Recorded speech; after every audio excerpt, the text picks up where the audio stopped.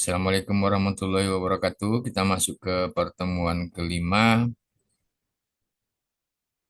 Itu ini sudah nambah lagi kita.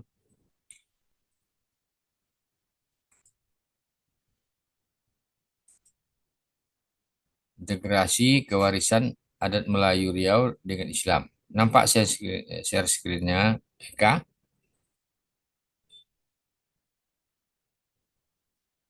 Terlihat, Pak. Nah, udah. Udah, Pak. Nah, Terlihat. udah. Jadi judulnya itu integrasi kewarisan adat Melayu Riau dengan Islam. Jadi sudah mulai kita mengarah kepada tamadunnya sedikit-sedikit. Jadi kita sudah belajar dari Arab, Asia Tenggara, Indonesia, kemudian Riau.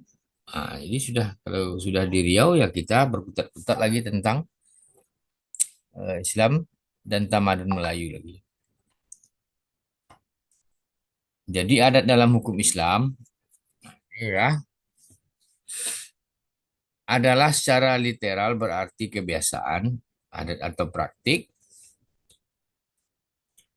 Dalam bahasa Arab kata ini sinonim dengan kata urf, yaitu sesuatu yang diketahui. Beberapa ahli seperti Abu Sinah dan Muhammad Mustafa Salabi menggunakan definisi Lughawi ini untuk membedakan antara kedua arti kata tersebut. Mereka berpendapat bahwa ada mengandung arti pengulangan atau praktik yang sudah menjadi kebiasaan yang dapat dipergunakan baik untuk kebiasaan individual, ada fardiyah, maupun kelompok, ada jami'iyah. Di sisi lain, urf didefinisikan sebagai praktik yang berulang-ulang yang dapat diterima oleh seseorang yang mempunyai akal sehat. Oleh karenanya, menurut arti ini, lebih merujuk kepada suatu kebiasaan dari kegiatan banyak orang dalam suatu masyarakat. Sementara ada lebih berhubungan dengan kebiasaan kelompok kecil orang tertentu saja. Jadi begini, kita memulai dulu dari adat dalam hukum Islam. Jadi ada dan urf. Nah, jadi di sana mulainya dulu ya. Ada dan urf dari dua kata itu yang seperti diulas tadi. Kemudian deskripsi masalah Melayu Riau. Nah, ini sudah mulai kita mengarah ke Melayu Riau. Kata Melayu berasal dari kata malah dan yu. Jadi kata malah berarti mula dan yu berarti negeri. Nah, itu Melayu ya malah dan yu. Jadi malahnya berarti mula dan yu-nya berarti negeri. Sehingga kata Melayu mengandung arti negeri mula-mula. Nah, begitulah cerita. Jadi ini Melayu itu ternyata artinya negeri mula-mula. Berarti negeri mula-mula termasuk negeri yang tua berarti kan? Dalam bahasa Jawa kata Melayu atau Belayu berarti berjalan cepat atau lari. Sedangkan dalam bahasa Tamil kata Melayu dan Melayur berarti hujan. Nah, selain itu terdapat pula istilah Melayu untuk eh, nama sungai, diantaranya adalah Sungai Melayu yang terdapat dekat Johor dan Bangkahulu. Kalau di Rohil ada juga kan, Kampung Melayu apa yang di Tanah Putih Tanjung Belawan itu, Kampung Melayu apa? Ada juga kan nama-nama Melayu-Melayu ini. Apabila pengertian di atas dirangkum menjadi satu, maka Melayu berarti negeri yang mula-mula didiami. Ah, negeri itu dilalui sungai yang diberi nama Melayu. Negeri tersebut berada di atas bukit karena ada pencairan es kutub utara yang menyebabkan sejumlah daratan atau pulau yang rendah terendam air. Untuk menghindari banjir, maka orang-orang yang berada di daratan atau pulau-pulau yang terendam banjir ini berlarian mencari tempat yang tinggi dan bukit. Dan disitulah mereka membuat negeri. Nah, itu sepertinya itu ulasan Darussamin ya, 2015. Itu Darussamin yang mulanya seperti itu. Jadi Islam Melayu sudah dikenal sekitar tahun 644. Nah, jadi eh, ini 644 Masehi melalui tulisan Cina yang menyebutkan nama Moloyo. Dalam tulisannya disebutkan bahwa Moloyo yang mengirimkan utusan ke Cina membawa hasil bumi untuk dipersembahkan kepada Kaisar Cina. Nah, jadi zaman dulu ternyata dalam tulisan itu kawasan Melayu ini awal-awalnya itu taklukan dari Cina. Cina ini berarti Melayu pada waktu itu telah menjadi sebuah kerajaan. Ya, ada pendapat yang mengatakan kerajaan dimaksud adalah kerajaan Melayu Jambi, abad keempat sampai 5 Masehi, kerajaan Sriwijaya abad ke-7 sampai abad ke-11, dan kerajaan Malaka abad ke-14 sampai abad ke berapa nih? Lama ini Malaka, 14 sampai berapa nih? 4 ini 50, 40 lebih ya, abad ke ya, serta menjadi kerajaan-kerajaan Melayu lainnya seperti Delhi, Langkat, Riau Lingga, Johor, Pahang, Syed Sri Indrapura, Indragiri, Brunei Darussalam, dan lain-lain. Nah, ini yang kerajaan Melayu Delhi, nah, kan orang bilang sih. Langkat, Riau Lingga, Johor Pahang, Siak Indrapura, Indragiri, Brunei Darussalam. Brunei Darussalam menjadi sebuah negara, Indragiri jadi kabupaten, Siak Indrapura jadi kabupaten. Sekarang ya. Nah, kemudian setelah mengetahui Melayu itu, bagaimana hukum kewarisan Islam? Jadi kewarisan Islam ialah, nah, ini seperangkat ketentuan yang mengatur cara-cara peralihan hak dari seseorang yang telah meninggal dunia kepada orang yang masih hidup, yang ketentuan tersebut berdasarkan pada wahyu ilahi yang terdapat dalam Al-Quran dan Al-Sunnah. Nah, jadi mewariskan sesuatu dari orang yang sudah meninggal, kalau dalam Islam ya mempedomani yang dalam Al-Quran dan hadis atau sunnah Nabi kan. Dalam kompilasi hukum Islam pasal 12171 dijelaskan bahwa hukum kewarisan Islam adalah hukum yang mengatur tentang pemindahan hak pemilikan harta peninggalan, atau tirkah atau pewaris. Kayak Eka umpamanya mendapat warisan dari entah papanya atau dari keluarganya gitu, atau jadi diatur itu ya di dalam kompilasi hukum Islam. Kemudian penetapan peralihan harta seseorang kepada orang lain dengan nama kewarisan berlaku sesudah meninggalnya orang yang punya harta. Karenanya detik seseorang mengembuskan napas penghabisan yang disebut wafat benar-benar mempunyai arti hukum. Jadi kalau belum wafat, belum lagi bisa diwariskan. Warisan adat Melayu Riau. Di Indonesia terdapat tiga sistem hukum yang mengatur kewarisan, yaitu sistem hukum adat, sistem hukum Islam, dan sistem hukum Barat. Hukum waris adalah hukum adat yang memuat garis-garis ketentuan tentang sistem dan azas hukum waris. Harta warisan, pewaris, dan ahli waris, serta bagaimana cara harta warisan ini dialihkan, penguasaan dan pemilikannya dari pewaris kepada ahli waris, sehingga pada hakikatnya hukum waris adat adalah penerusan dan pengoperan harta kekayaan dari satu generasi kepada keturunan. Di dalam mata kuliah Islam dan Tamadun Melayu ini, katanya kan ada Islam dan Tamadun Melayu. Nah, jadi kalau adat Melayu, nah, itu nanti akan nampak gambarannya. Ikut Islam atau tidak. Atau punya pola sendiri. Oke. Kewarisan adat Melayu Riau adalah adat atau kebiasaan masyarakat Melayu Riau dalam melaksanakan kewarisan. Jadi prosesi penerusan dan peralihan itu telah dimulai sejak pewaris masih hidup atau setelah pewaris meninggal dunia. Jadi pewarisan adat sebelum pewaris meninggal dunia yang disebut dengan hibah akan diperhitungkan kelak di kemudian hari pada saat dilakukan pembagian warisan setiap orang tua meninggal dunia.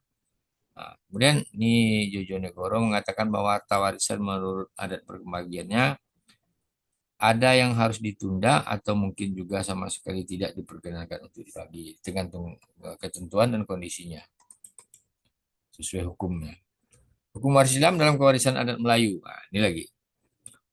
Jadi hukum waris yang Islam ini dalam kewarisan adat Melayu seperti dijelaskan di atas bahwa adat dan Islam bagi orang Melayu laksana dua sisi mata uang yang tidak terpisahkan. Inilah uniknya ya. Islam identik dengan Melayu. Melayu adalah Islam. Jadi kalau sekarang ada mau dibuat umpamanya perda atau ran perda pemajuan kebudayaan, ya dibilang di sana umpamanya salah satu pasalnya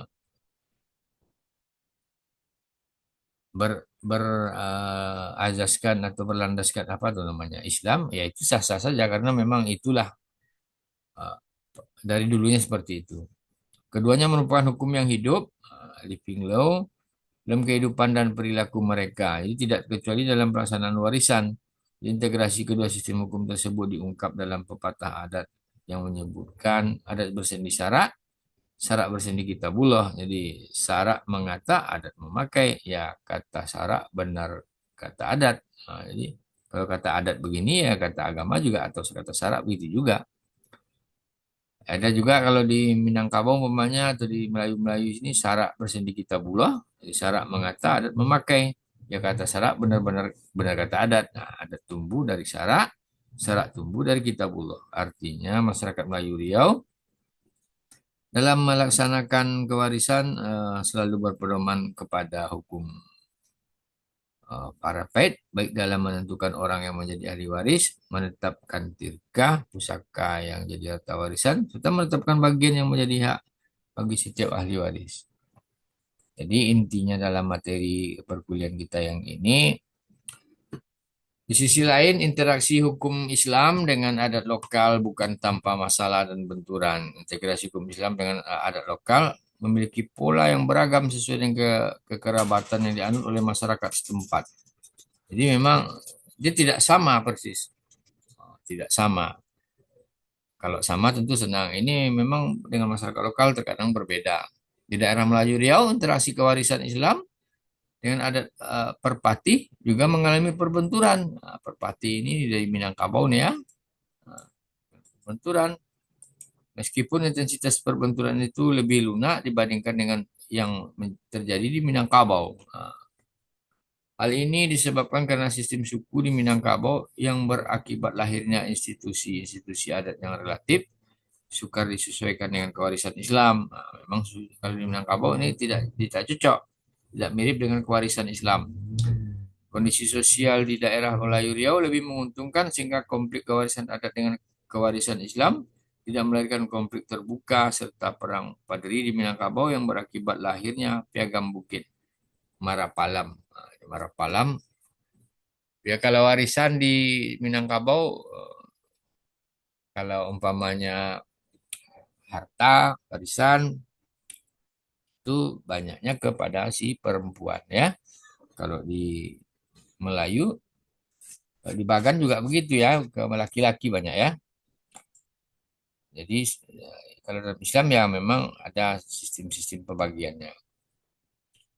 Jadi kecuali itu tidak terjadinya konflik terbuka antara kewarisan Islam dengan kewarisan adat perpati di daerah Melayu Riau juga karena masyarakat yang menganut adat perpati jumlahnya relatif kecil dan masyarakat yang menganut sistem kekerabatan matrilineal ini memperlihat sikap yang lebih moderat dalam pelaksanaan kehidupan organisasi sukunya. Jadi di samping adat perpati masuk ke daerah Melayu, ya setelah Islam eksis menjadi anutan masyarakat, sebaliknya di Minangkabau Islam masuk ke daerah tersebut setelah adat perpati mendapat tempat yang kokoh dalam kehidupan masyarakat sehingga perbenturan perbenturan tidak dapat dihindarkan. Sementara warga empat suku yang merupakan organisasi persukuan baru yang dibentuk orang-orang Minangkabau di Kesultanan Siak tidak mempertahankan bentuk adat seperti di daerah asal mereka tetapi melakukan penyelarasan dengan adat Tumenggung. Jadi di, di intinya seperti ini. adat yang ada di Minangkabau itu telah kokoh lebih dulu, baru masuk Islam. Jadi sudah payah membongkarnya. Jadi harus mau tidak mau ya harus ngikut gitu. Sampai di sini ada yang bertanyakan, Saya ada pertanyaan, Pak. silakan Eka. Hmm, Kan warisan Melayu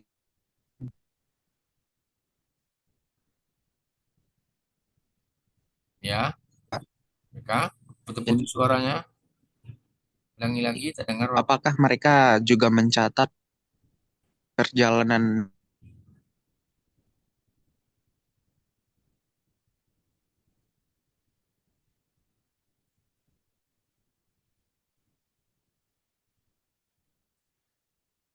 Halo Eka, terputus Eka. Apa tadi? Kurang jelas Bapak dengarnya. Jaringan mungkin. Suara Bapak masih terdengar? Halo, Eka, Mita,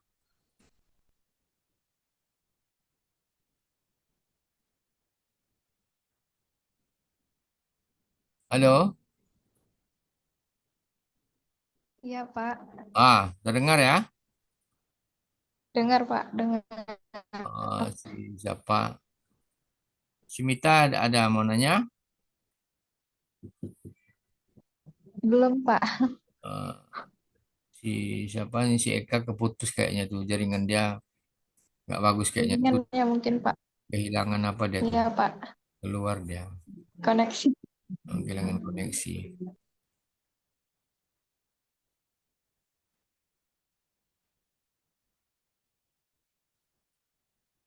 Jadi kalau di Bagan ya Mita sama Eka, Eka tadi terputus kayaknya kehilangan lost jaringan kayaknya. Bisa diulangi lagi pertanyaannya? Iya, pertanyaan saya adalah apakah orang Melayu menulis warisan mereka untuk dibaca oleh setiap generasi, Pak?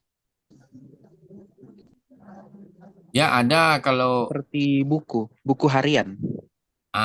ini kan eh, biasanya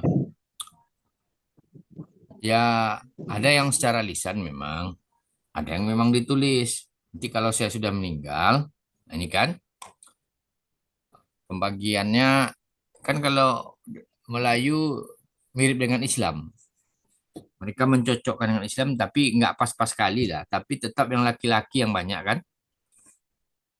Benar kan di Bagan Sepiapi seperti itu kan. Iya, Pak.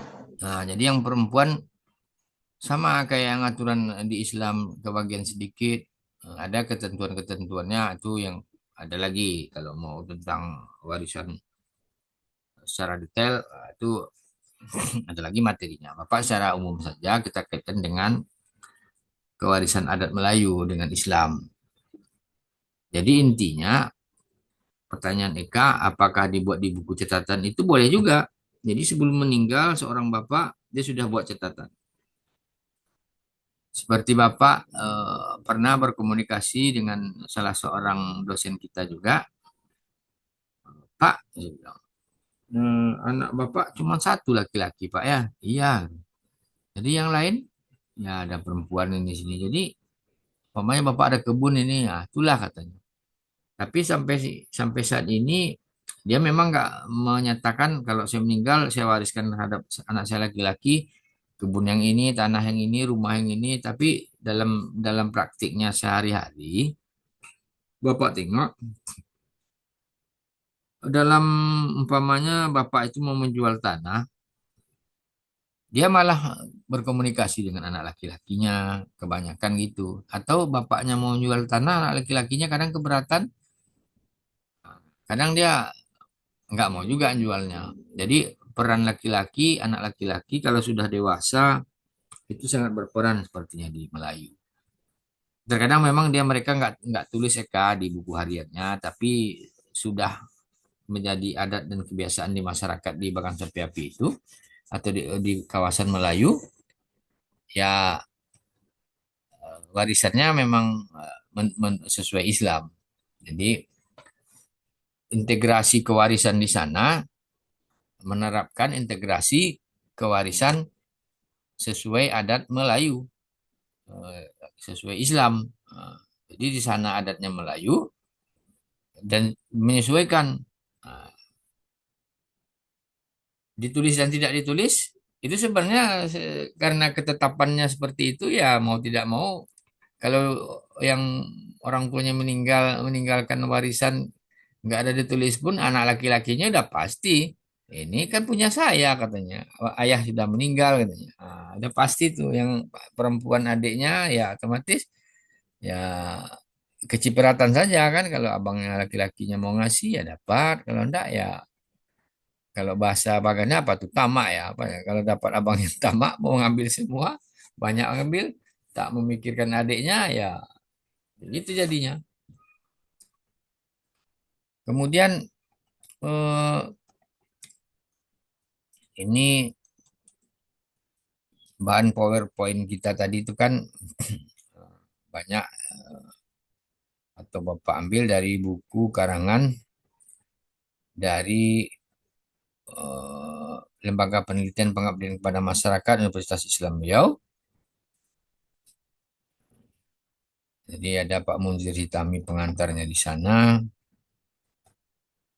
Jadi masalah warisan sudah ditulis bukunya oleh UIR. Nah, kita tim-tim penulisnya.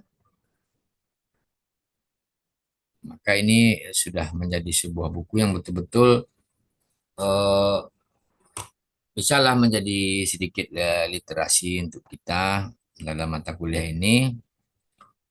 Nah, ini kayak hukum kewarisan Islam di halaman 9. Di sini dibilangnya halaman 93. Coba kita cek dulu. Nanti tidak cocok halamannya dengan yang di PDF sini. Nah, akhirnya nggak sama dia. Kita tengok dulu ya. Kalau di Minangkabau nggak seperti itu. Umpamanya contoh Bapak sendiri, Bapak asli Teluk Kuantan, warisan itu di Minangkabau ya untuk perempuan, yang laki-laki ya tak dapat apa-apa. Tak dapat sama sekali kalau warisan itu. Ya untuk perempuan semua. Jadi macam mana? Ya kalau kita mau mewariskan sesuatu kepada anak, ya berarti itu harus hasil dari jerih payah kita sendiri. Umpamanya kita mau mau ngasih anak warisan, ya jangan namanya pusaka tinggi, harta yang diwariskan oleh nenek-nenek kita dulu. Tak bisa, tapi kalau pembelian umpamanya bapak sama istri bapak, bapak wariskan ke anak bapak. Itu boleh. Kebetulan anak bapak semuanya laki-laki juga. Jadi kalau dalam adat kami, ya sah-sah saja itu bapak nanti ngasih anak bapak laki-laki. Kebetulan anak bapak memang laki-laki semua, nggak ada perempuan. Dan memang yang diwariskan umpamanya hasil jerih payah bapak dengan istri gitu. Oke.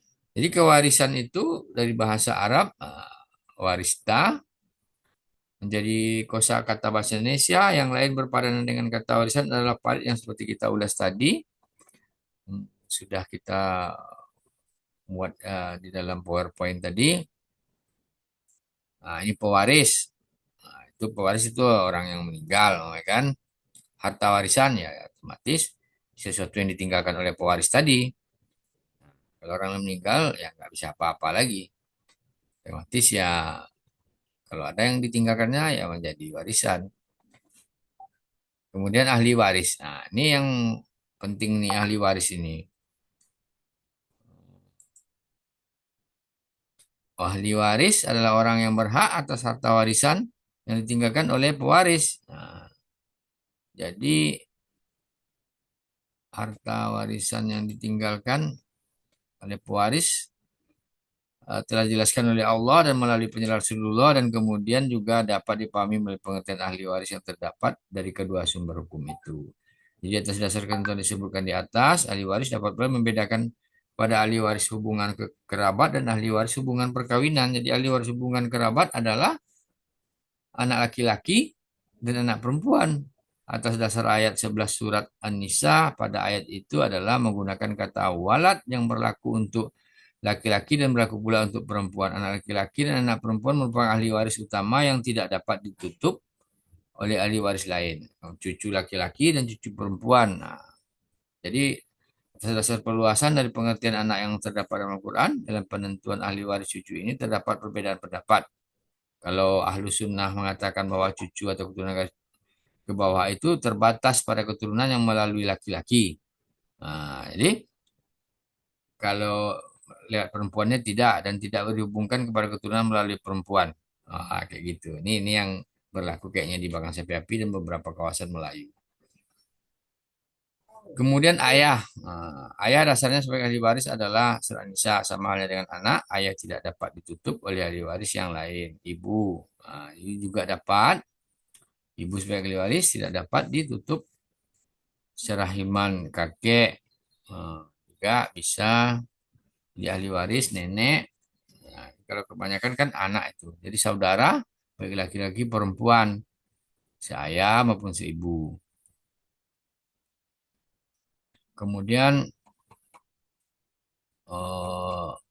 semuanya kalau dalam pembahasan warisan itu lengkap. Kita ini mengaitkan dengan Islam dan tamadun Melayu. Anak dari saudara, kalau memang banyak yang mau dibagi, bisa lah kan. Tapi kalau yang mau dibagi cuman sebidang tanah sampai ramai ahli warisnya kan nggak mungkin pula. Tentu yang ahli waris utama saja cuma yang bisa. Anak laki-laki dan anak perempuan, tapi jumlahnya ya tidak sama.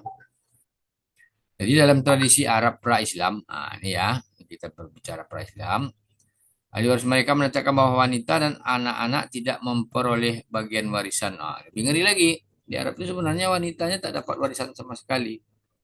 Dengan alasan mereka tidak tahu atau belum dapat berperang guna mempertahankan diri suku atau kelompoknya. Oleh karena itu yang berhak mewarisi adalah laki-laki yang berbisik kuat dan dapat memanggul senjata untuk mengalahkan musuh dalam setiap peperangan. Ngeri lagi kan? Jadi biarpun kita punya anak laki-laki kalau masih kecil, belum bisa berperang ya tak dapat. Kalau udah perang baru, kan gitu. Ya, lebih ngeri lagi awal-awalnya.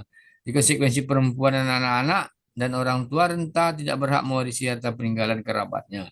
Jadi Islam datang membawa panji keadilan persamaan kedudukan laki-laki dan perempuan, anak-anak, orang dewasa, orang tua, renta, suami istri, saudara laki-laki dan saudara perempuan sesuai tingkatan masing-masing. Jadi setelah Islam ada, itu berubah.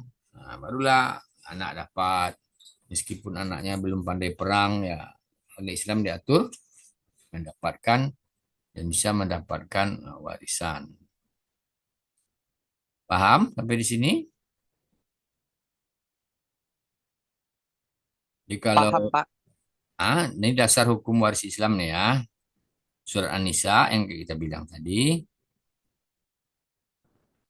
Yang artinya bagi laki-laki ada hak bagian dari harta peninggalan ibu atau bapaknya dan kerabatnya. Dan bagi wanita ada hak bagian pula dari harta peninggalan ibu, bapak atau kerabatnya. Baik sedikit atau banyak menurut bagian yang telah ditetapkan. Jadi bagi laki-laki, jadi laki-laki dan bagi wanita ya dapat sesuai yang telah ditetapkan. Ini surat An-Nisa ya. Kemudian yang tadi ayat 7 kan. Dalam ayat 11-nya Allah berfirman artinya Allah mensyariatkan bagimu tentang pembagian pusaka untuk anak-anakmu ini maksudnya itu bagi seorang anak lelaki sama dengan bagian dua orang anak perempuan. Jadi kalau tanahnya ada 3, 2 bidang untuk laki-laki, 1 bidang untuk perempuan. Kayak gitu kalau dibagannya. Belum tahu kalian ya. Eka udah ada di sinyal-sinyal untuk mendapat warisan? Mita? Belum? Belum. Belum lagi. Jadi kalau Eka kan laki-laki. Jadi laki-laki mendapatkan 2/3. Perempuan Mita mendapatkan 1/3. Nah, banyak yang laki-laki ya. Ini kalau berdasarkan surat An-Nisa ayat 11. Jadi, dan jika anak itu semuanya perempuan lebih dari 2, maka bagian mereka 2/3 dari harta yang ditinggalkan. Jika anak perempuan itu seorang saja, maka ia memperoleh separuh harta. Jadi kalau Mita anak tunggal, berhak Mita separuh itu dapatnya. Kan perempuan. Nah, kayak gitu dalam Al-Quran mengatur ya. Nah, saya rasa kalau kalau itu di Bagan diterapkan juga atau di Melayu lah. Dan untuk dua orang ibu bapak, bagi yang masing-masingnya 1/6 dari harta yang ditinggalkan, jika yang meninggal itu mempunyai anak, jika anak yang meninggal tidak mempunyai anak dan ia diwarisi oleh ibu bapaknya saja, maka ibunya mendapat 1/3. Jika yang meninggal itu mempunyai beberapa saudara, maka ibunya mendapat 1/6. Jadi kalau nggak ada anak nih ya, nah itu pergi ke orang tuanya hartanya.